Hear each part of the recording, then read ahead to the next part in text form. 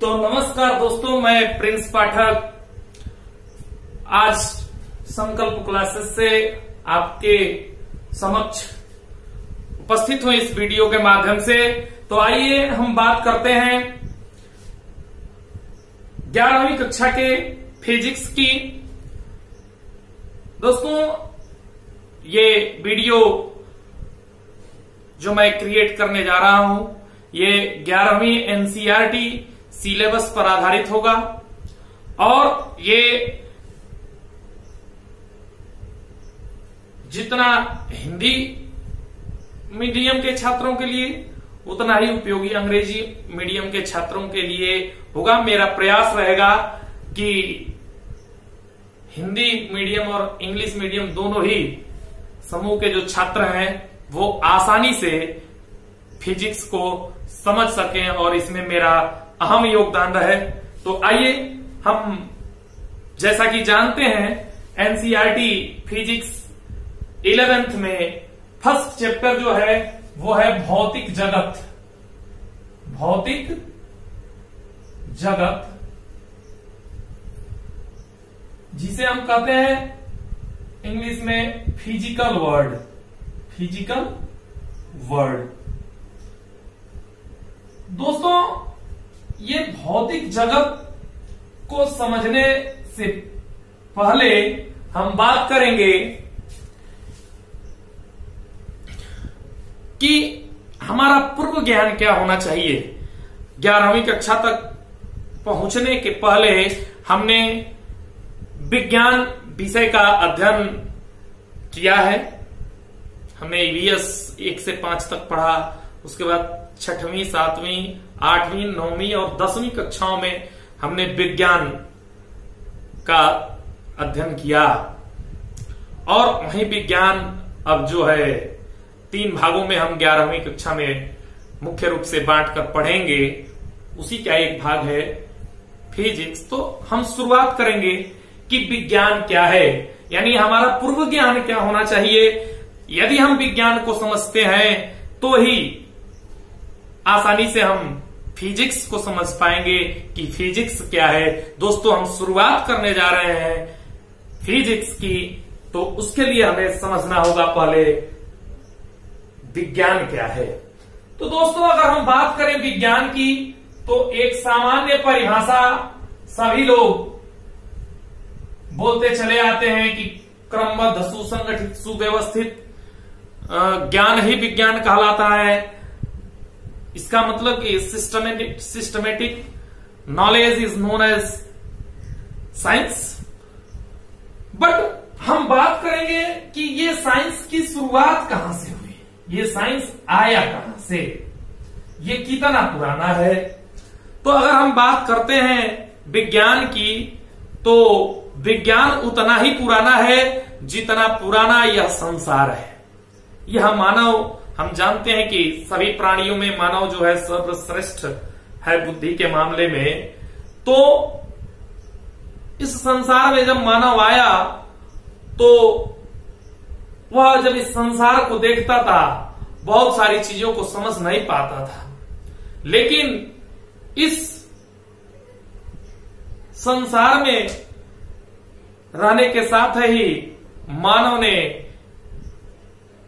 अपने आसपास के वातावरण को देखना शुरू किया, देखता रहा था, लेकिन धीरे धीरे वह जो है अपने वातावरण की परिस्थितियों से कुछ सीखने की कोशिश करता था, कुछ जानने की इच्छा जागृत होती थी। जब वह किसी भी घटना को ध्यानपूर्वक देखता था तो उसे उसके अंदर एक उत्साह आता था, एक इच्छा होती थी कि ये घटना कैसे होती है, इसका कारण क्या है। अगर वह यह जानने का प्रयास करता और वहीं से विज्ञान की शुरुआत होती है। दोस्तों, जब हम किसी भी घटना को देखते हैं और उसके बारे में जानने की कोशिश करते हैं, लगातार हम उस पर प्रयोग करते हैं और जो वेरीफाइड यानी प्रमाणित जानकारी निकल कर आती है उसे ही तो हम विज्ञान कहते हैं। यानी कहने का मतलब यह है कि विज्ञान एक ऐसा विषय है, एक ऐसी जानकारी है जो विशिष्ट जानकारी, जैसे आप जानते हैं विज्ञान को सामान्य वे में हम कहते हैं कि यह दो शब्दों से मिलकर बना है, विधन ज्ञान। तो विज्ञान में वि का अर्थ होता है विशेष, और विशेष ज्ञान का अर्थ यह है कि वह ज्ञान, वह जानकारी जो किसी हमारे आसपास के वातावरण के या जो भी हम प्रेक्षित करते हैं, जो भी देखते हैं, उस घटना को समझने की जानकारी देता है और उससे किसी नई जानकारी के आधार को खड़ा करता है, उसे ही हम विज्ञान कहते हैं। यदि हम बात करें विज्ञान की, तो जैसा कि आप जानते हैं, मानव सदैव अपने परिवेश को जानने की जिज्ञासा रखता है। इस जिज्ञासा के कारण ही मानव आदिकाल से ही प्राकृतिक घटनाओं जैसे दिन रात की सतत पुनरावृत्ति, मौसम का परिवर्तन, इंद्रधनुष का बनना, सूर्य ग्रहण, चंद्र ग्रहण जैसी घटनाओं को समझने का प्रयास करता रहा। पहले तो ये अंधविश्वास का मामला था, लोग इसको वर्षा होना जो है इंद्र का प्रकोप समझते थे। अगर भारी बारिश होती थी तो प्राचीन काल में ऐसा माना जाता था कि ये इंद्र का प्रकोप है। लेकिन कालांतर में धीरे धीरे जब मानव ने अपना ज्ञानार्जन शुरू किया तो इन प्राकृतिक घटनाओं को समझने का ज्ञान आया इनके पास, तर्क करने की शक्ति आई मानव के पास, और इन्हीं जानकारियों के आधार पर मानव कुछ अपना विशेष ज्ञानार्जन करता गया और उसी विशेष ज्ञानार्जन को ही हम विज्ञान कहते हैं। यदि हम जानना चाहें, विज्ञान को हम साइंस कहते हैं। साइंस अब लैटिन भाषा के साइंसिया से आया है, साइंटिया से आया है, और इसका अर्थ है टू नो। सीधा इसका अर्थ भी है टू नो, यानी विज्ञान वह विषय है जो यह बताना चाहता है, जिसकी सहायता से हम ये जानते हैं, जानने की कोशिश करते हैं कि कोई घटना क्यों हो रही है। और जब हम यहीं किसी घटना के बारे में अध्ययन कर रहे होते हैं तो एक विशेष प्रकार का तर्कपूर्ण एवं सुव्यवस्थित जो ज्ञान उभर कर आता है वही विज्ञान कहलाता है। यानी विज्ञान एक विशेष प्रकार का तर्कपूर्ण एवं सुव्यवस्थित ज्ञान ही विज्ञान है। इसलिए प्रयोगों एवं प्रेक्षणों के आधार पर आधारित किसी विषय के क्रमबद्ध एवं सुव्यवस्थित ज्ञान को हम विज्ञान कहते हैं। अल्बर्ट आइंस्टाइन का नाम आपने सुना होगा। उनके शब्दों में विज्ञान सिर्फ नियमों का संग्रह नहीं है, विज्ञान केवल नियमों का संग्रह नहीं है, बल्कि यह असंबंधित तथ्यों का सूची पत्र भी है। यानी कहने का मतलब कि प्रयोगों के आधार पर जब हम नियम पा गए, विभिन्न प्रकार का अध्ययन हमने किया किसी घटना का, उस पर तमाम तर्क किए और कोई निष्कर्ष निकल के आया, तो वही विज्ञान नहीं है। जो बहुत सारी बातें अनसुलझी रह गई वह भी विज्ञान है। विज्ञान कोई लिमिटेड चीज नहीं है, ये अनलिमिटेड है। आज जो नियम हम सिद्धांत जो हम पढ़ रहे हैं, ये आने वाले समय में हो सकते हैं कि फेल्योर कर जाएं और हमको नए तरह का नियम सिद्धांत पढ़ना पड़े। ऐसा हुआ भी और हो भी सकता है। यानी जो हम आज सत्य समझते हैं यह सदैव सत्य नहीं है। तो दोस्तों, हम आशा करते हैं कि विज्ञान की बात समझ में आई होगी। अगर हम बात करें थोड़ा सा और विज्ञान की, तो एक बर्ट्रैंड रसेल नाम के वैज्ञानिक हुए जिन्होंने कहा था कि हमें बहुत कम ज्ञात है और विज्ञान का अल्प ज्ञान हमें जानने की अत्यधिक शक्ति देता है। कहने का मतलब यह था कि जो विज्ञान अभी तक प्रचलन में है वह बहुत पर्याप्त नहीं है। वह विज्ञान का अल्प ज्ञान हमें जानने की अत्यधिक शक्ति देता है। यानी विज्ञान वह विशेष शक्ति है, वह ऐसा ज्ञान है जिसकी सहायता से हम अन्य प्रकार के जानकारियों को प्राप्त करते हैं, अन्य प्रकार की जानकारियों को, अन्य प्रकार के आविष्कारों का द्वार खोलता है। विज्ञान वह शास्त्र है, विज्ञान वह विद्या है, वह विशेष शक्ति है जिसकी सहायता से हम किसी परिघटना को समझते हैं और उसकी व्याख्या करते हैं, उससे निष्कर्ष निकल के आता है, हम किसी नियम तक पहुंचते हैं और फिर वह किसी दूसरे तथ्य का आधार भी होता है। तो ये रही विज्ञान की बात। दोस्तों, विज्ञान को अगर हमें कोई विशेष प्रेक्षण हमने किया है और उससे संबंधित ज्ञानार्जन हमें करना है, उसके बारे में हमें जानना है, तो इसके लिए विज्ञान में एक चरणबद्ध प्रक्रिया अपनाई जाती है और उसे हम वैज्ञानिक विधि कहते हैं। उसे हम वैज्ञानिक विधि कहते हैं। अंग्रेजी में हम देखें तो उसे साइंटिफिक मेथड कहते हैं। क्या कहते हैं? वैज्ञानिक विधि, साइंटिफिक मेथड।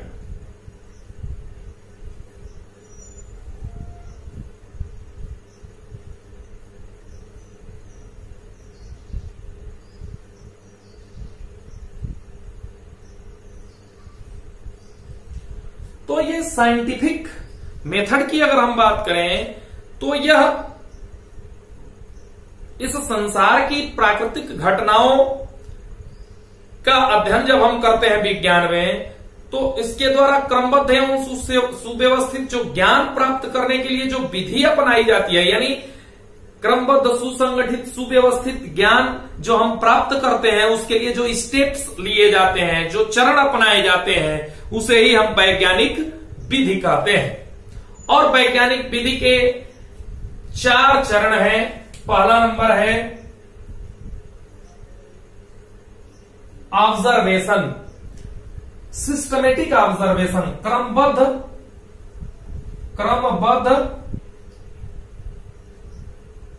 ऑब्जर्वेशन को हम कहते हैं प्रेक्षण, क्रमबद्ध प्रेक्षण, सिस्टमेटिक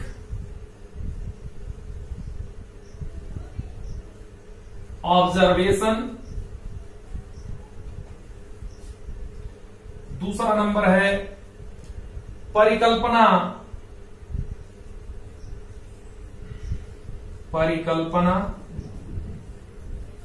तीसरा है परिकल्पना का परीक्षण, यहां हम कहेंगे परिकल्पना की रचना, परिकल्पना का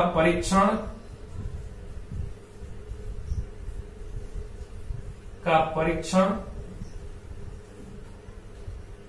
ये रचना यानी कंस्ट्रक्शन ऑफ हिपोथेसिस,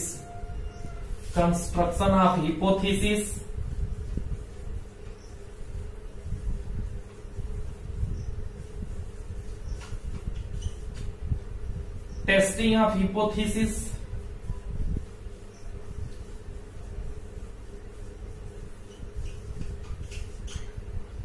और 4 नंबर है सिद्धांत की स्थापना,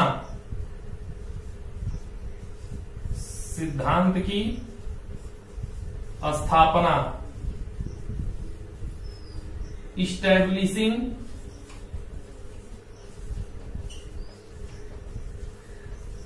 ऑफ प्रिंसिपल।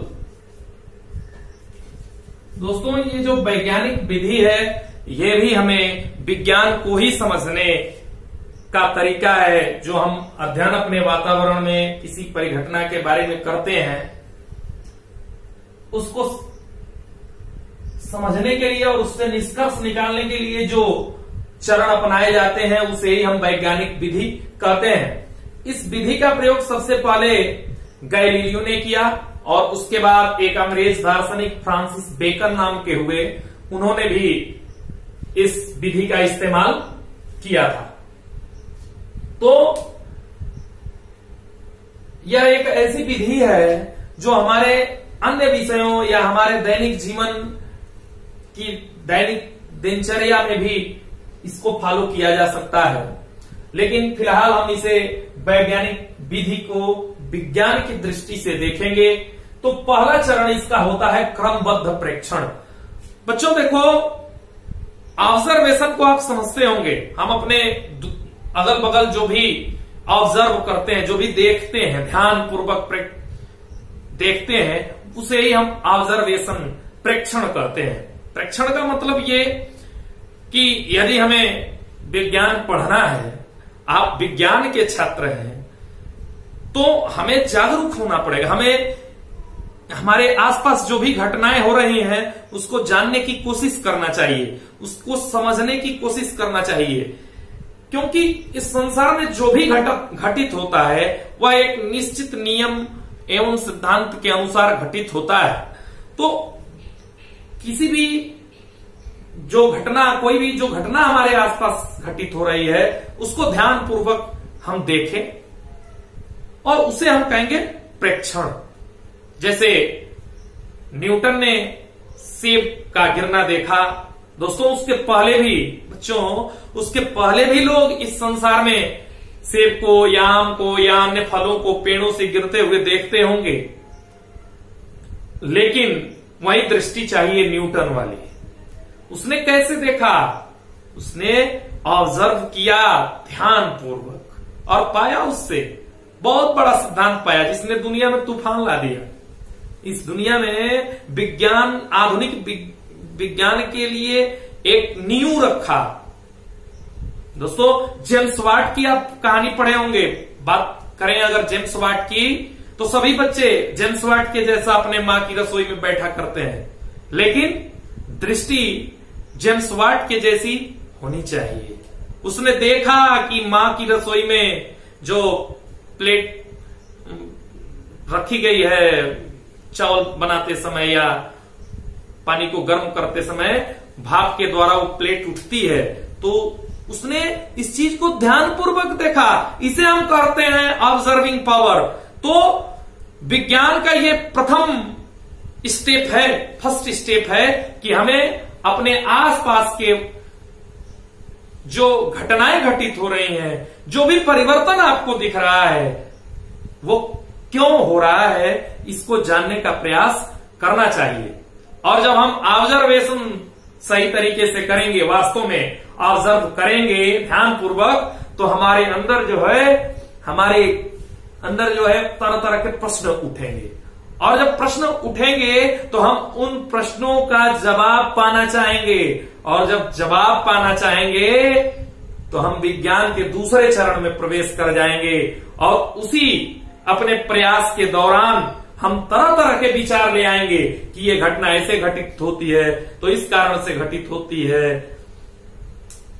लेकिन जब हम लगातार इस बारे में चिंतन करेंगे तो दूसरे स्टेप में पहुंच जाएंगे, जिसे हम कहते हैं परिकल्पना की रचना, कंस्ट्रक्शन ऑफ हिपोथेसिस। यानी अब हमारे अंदर जरूर कुछ न कुछ निष्कर्ष निकल के आएगा कि ये घटना इसी कारण से घटित हो रही है। जैसे न्यूटन ने जब सेब का गिरना देखा, तो धीरे धीरे प्रयोग करने के बाद उसके मन में ये विचार आया, उसने सोचा कि ये सेब नीचे ही क्यों गिरता है, आखिर में ऊपर क्यों नहीं चला जाता है। तो धीरे धीरे वो इस निष्कर्ष पर पहुंचा कि इस संसार की सभी वस्तुएं एक दूसरे को आकर्षित करती हैं, और अपने अंदर जो उसके विचार आए थे उस निष्कर्ष तक पहुंचा, और उसने इसके लिए लगातार प्रयोग किए। तो वही चीज है क्रमबद्ध प्रेक्षण, यानी सिस्टमेटिक ऑब्जर्वेशन करें बार बार। अगर किसी घटना के बारे में हमारे अंदर उत्सुकता आ रही है तो उसको हमें बार बार प्रेक्षित करना चाहिए, ध्यानपूर्वक देखना चाहिए। फिर जब हम परिघटना को देख लें कि हाँ हम जो देख रहे हैं वही सत्य है, तो उसके बाद परिकल्पना की रचना, फिर उसके अनुसार जो हमारे अंदर कल्पना आती है, जो कल्पना शक्ति आती है, जो एक अस्थायी निष्कर्ष निकल के आता है कि हाँ इसी कारण से होता है, उसको हमें नोट करना चाहिए। फिर नोट करने, और अगला स्टेप है परिकल्पना का परीक्षण, टेस्टिंग, एक्सपेरिमेंट कर सकते हैं। बार बार जो हमारी परिकल्पना है, अपने पूर्व ज्ञान के आधार पर उसका परीक्षण करें, और अगर जो हमने परिकल्पना किया है वह क्या है, वह सत्य सिद्ध होता है पूर्व ज्ञान के आधार पर, यानी पहले के जो नियम ज्ञात हैं उन नियमों के आधार पर इसकी सत्यता सिद्ध हो जाती है, तो हम कहते हैं सिद्धांत की स्थापना करेंगे। और सिद्धांत की स्थापना है एस्टेब्लिशिंग अ प्रिंसिपल्स। तो हम ये बात करेंगे कि कैसे सिद्धांत की स्थापना की जाती है। उसके लिए हम मैथमेटिकल मॉडलिंग करते हैं। 9वीं कक्षा में आप गणित में पढ़े होंगे, और किसी वीडियो में हम मैथमेटिकल मॉडलिंग की बात करेंगे। यानी जो हम सिद्धांत लेके आए हैं उसको गणितीय रूप में निदर्शित करने का प्रयत्न करते हैं। तो इस तरह से वैज्ञानिक विधि अब आप समझ गए होंगे कि इसके 4 मुख्य चरण है: क्रमबद्ध प्रेक्षण, परिकल्पना की रचना, परिकल्पना का परीक्षण और सिद्धांत की स्थापना। Systematic observation, construction of hypothesis, testing of hypothesis and establishing of principles. बच्चों, अब कल हम अगले वीडियो में मिलेंगे। हम बात करेंगे फिजिक्स की, कि ये फिजिक्स क्या है। विज्ञान को 3 भागों में बांटकर अध्ययन करना है अब हमें। तो उसमें पहला भाग फिजिक्स हम जानेंगे, फिजिक्स के बारे में ही हमको जानना है। तो फिजिक्स क्या है इसकी चर्चा हम कल अगले वीडियो में करेंगे। थोड़ा सा यहाँ आप ध्यान देंगे, अगर हम बात करें वैज्ञानिक विधि के महत्व की, तो इस वैज्ञानिक विधि का प्रयोग हम विज्ञान में तो करते ही हैं बच्चों। इसके कारण जो है आज सैद्धांतिक प्रदान किया है इसने। सभी अनुसंधान कार्य जो रिसर्च वर्क्स हो रहे हैं उसका यह मूल है, उसका फंडामेंटल पॉइंट है। यानी किसी भी रिसर्च का यह बेसिक चीज है, इन स्टेप्स को फॉलो किया जाता है। इस विधि की प्रमुख विशेषता यह रही है कि यह व्यक्तिगत, सामाजिक एवं राष्ट्रीय समस्याओं को हल करने में भी प्रयुक्त की जा सकती है। हमारी अगर कोई व्यक्तिगत समस्या भी है, अगर हमें अपनी समस्या नजर आएगी, यानी हम अपने को ऑब्जर्व करेंगे, उसमें भी यह सहायक है। हम अगर ऑब्जर्व करते हैं अपने आप में और हमें कोई समस्या नजर आती है, तो ठीक इसी वैज्ञानिक विधि के अनुसार हमें जो समस्या नजर आती है उस समस्या को समझने का प्रयास करना चाहिए और उसके कारण को जानने की कोशिश करनी चाहिए। फिर जो कारण दिखता है उसका टेस्टिंग होना चाहिए। फिर जब टेस्टिंग करेंगे तो निष्कर्ष जो निकल कर आएगा उसे हम कहते हैं सिद्धांत, और इस तरह से सिद्धांत की स्थापना होती है। तो वैज्ञानिक विधि फिजिक्स का तो आधार है ही, यह केमिस्ट्री, बायोलॉजी या अन्य सब्जेक्ट्स हमारे व्यक्तिगत जीवन में भी प्रासंगिक है। तो बच्चों, आप उठाइए अपनी एनसीईआरटी की पुस्तक और पढ़ जाइए साइंटिफिक मेथड के बारे में, वैज्ञानिक विधि के बारे में, ताकि जब हम कल बात करें फिजिक्स की तो आपको थोड़ी सी भी समस्या न हो। धन्यवाद।